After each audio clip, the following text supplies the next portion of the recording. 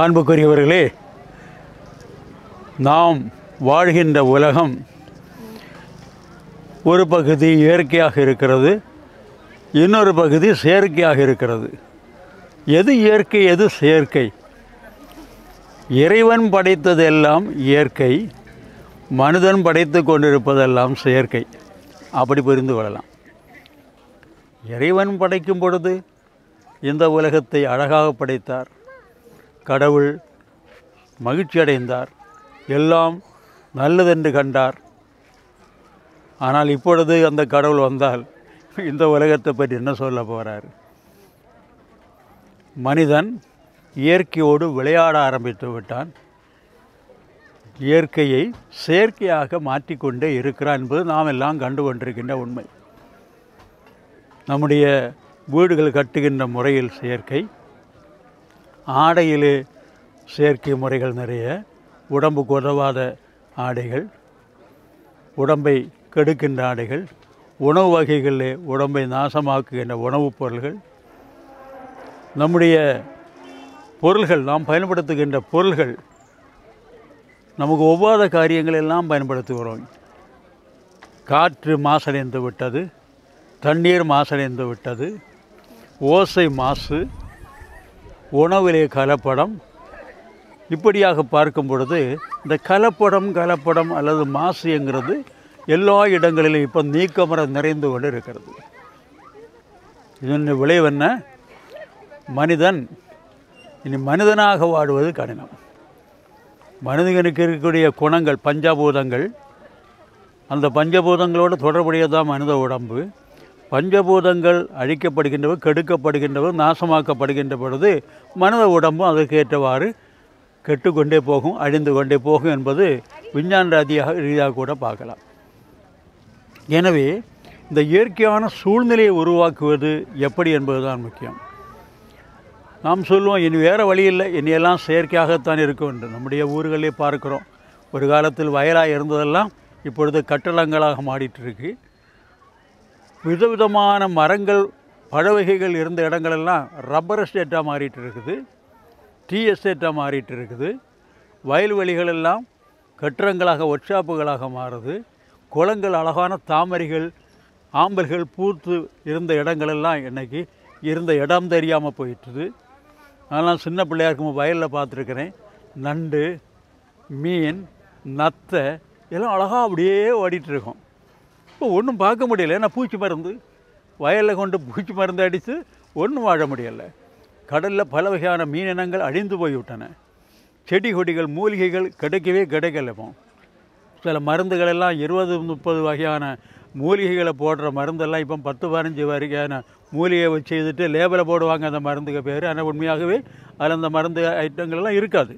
காரணம் இந்த அழிவு, இயற்கையில் நாம் செய்கின்ற அழிவு காரணமாக பல்விதமான பாதிப்புகள். இப்போ சொல்லுவாங்கள்ல, மூச்சு கோளாறு, மூச்சு திணறல், இப்போ கோவிடு, இந்த மாதிரி நோய்கள் எல்லாம் அதிகமாக புதுசாக வந்து கொண்டிருக்கிற பார்க்கும் பொழுது நம்முடைய வாழ்க்கை முறை செயற்கை. நடக்கணுமானா பள்ளிக்கூடங்கள் பிள்ளைகளுக்கு அந்த காலத்தில் 2-3 கிலோமீட்டர் தூரம் இருந்தால் கூட பிள்ளைகள் அழகாக நடந்து போவாங்க பள்ளிக்கூடத்துக்கு. இப்போ ஒரு 2 பரலாங்க அந்த பகுதியில் ஸ்கூலுக்கு போனவங்க கூட ஸ்கூல் பஸ்ஸில் ஏறி தான் போவாங்க. நம்முடைய பிள்ளைகள் பார்த்திங்கன்னா ஷூ, சாக்ஸ், சட்டையில் ஓவர் கோட்டு, அதுக்கு மேலே ஒரு டை, இதெல்லாம் குளிரான இடத்துக்கான உடைகள். குளிர் அதிகமான இடத்துல குளிர் தாக்கு பிடிக்காமல் இருக்கிறதுக்காக அந்த மக்கள் போட்டாங்க. இங்கே காப்பி அடிப்பு, நம்ம இங்கே இருக்க முடியல, சூடு அதிகப்பட்டு. அதுக்கிடையில் பிள்ளைகளுக்கு ஷூவும் போட்டு, சாக்ஸையும் போட்டு, பொருள் துணிகளையும் போட்டு, அதுக்கு மேலே டையையும் கட்டி சூட்டை கிளப்பிட்டு இருக்கிறோம். இதெல்லாம் விஞ்ஞான ரீதியாக நம்ம சிந்திக்கிறது இல்லை பல காரியங்களையும். ஏன் இப்படிலாம் செய்கிறோன்னு கேட்டால் தெரியாது. அவங்க செய்கிறாங்க, நாங்கள் செய்கிறோம். அவங்க ஏன் செய்கிறாங்க? அந்த கிளைமேட்டு, அவங்களுடைய கிளைமேட்டு குளிரானது, இல்லை கொடைக்கானல் வீட்டு வேலை குளிராக இருக்கும். நம்ம இடங்களெல்லாம் சூடு அதிகமான இடத்துல கொண்டு இந்த மாதிரி ட்ரெஸ் போடலாமா? காரம் இருந்த உணவுகள் சூடை கலப்புது. இப்படி பார்க்கும் பொழுது உணவு, உடை, நம்முடைய உறையுள், வீடு தங்குகின்ற இடம், பயணம் செய்கிற ரோட்டில் எல்லாம் பாருங்கள், நடக்க முடியாது, ஆபத்தான சூழ்நிலைகள். உலகத்திலேயே அதிகமான விபத்துகள் நடப்பது இந்தியாவில். இந்தியாவில் அதிகமாக விபத்து நடப்பது தமிழ்நாட்டில். புள்ளிவிவரம் அந்த அளவுக்கு நம்முடைய ரோடுகள், பாதைகள் எல்லாம் கட்டும்படியாக ஒரு ஒழுங்குமுறை இல்லாமல் போயிட்டே இருக்கிற சூழ்நிலைகளை பார்க்குறோம். இதெல்லாம் பார்க்கும் பொழுது மனிதன் அவசர காலத்தில் வாழ்ந்துட்டுருக்கான், நிதானம் இல்லாமல், நிம்மதி இல்லாமல். அது மட்டுமல்ல, கூடி உரையாடி உறவாடுகின்ற நிலை இன்றைக்கி இல்லை. அன்றைக்கெல்லாம் கூட்டு குடும்பம்னு சொல்லுவோம்.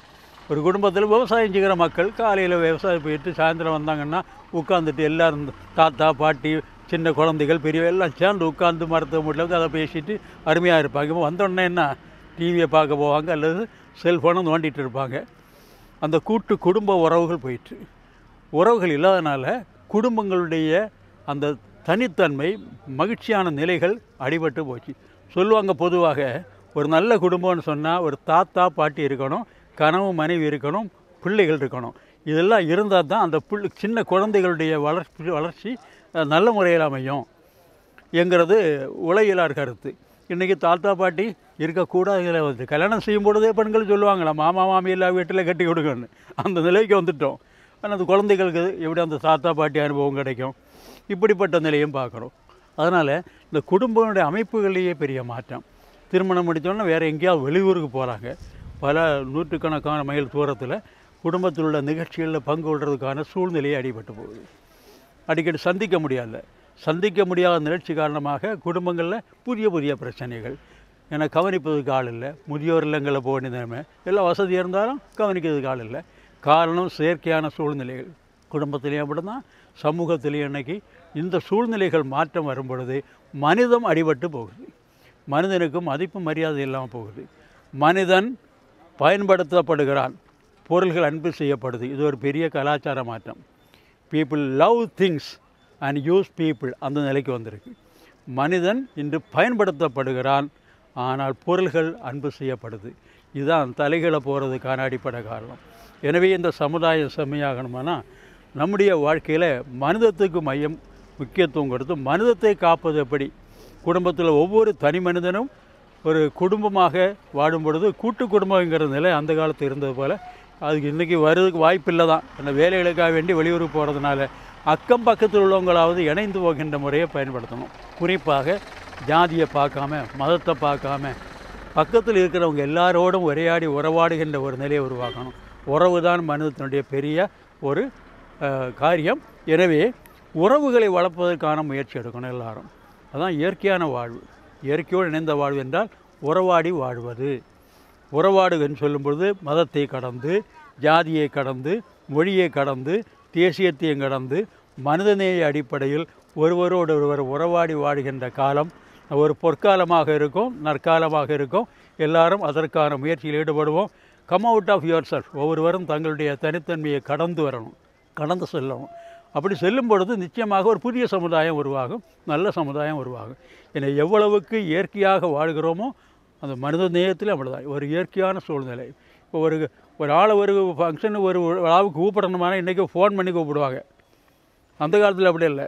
நேரடியாக வீட்டில் போய் உட்காந்து கொஞ்சம் நேரம் பேசி ஒரு டீயும் குடித்து அன்பாக உரையாடி ஒரு ஆளை கூப்பிட்டு கல்யாணத்துக்கு காரியங்களை கூட்டிகிட்டு இப்போ அப்படி ஒரு ஃபோன் பண்ணிவிட்டு வாருங்கன்னு சொல்லிட்டு போகிறோம். இது செயற்கையானது உறவுகளை குறைக்குது. இப்படி நிறைய பாதிப்புகள். எனவே நாம் எல்லாம் இன்னும் அதிகமாக இயற்கைக்கு திரும்புவோம், இனிய வாழ்க்கை வாழ்வோம். எல்லாரும் இன்புற்றிருக்க வேண்டும் என்பது இல்லாமல் வேறென்றறியேன் பராபரமே என்பது போல யாதும் ஒரே யாவருங்கேளீர். உரையாடுவோம், உறவாடுவோம். வாழ்க, நல்வாழ்த்துக்கள்.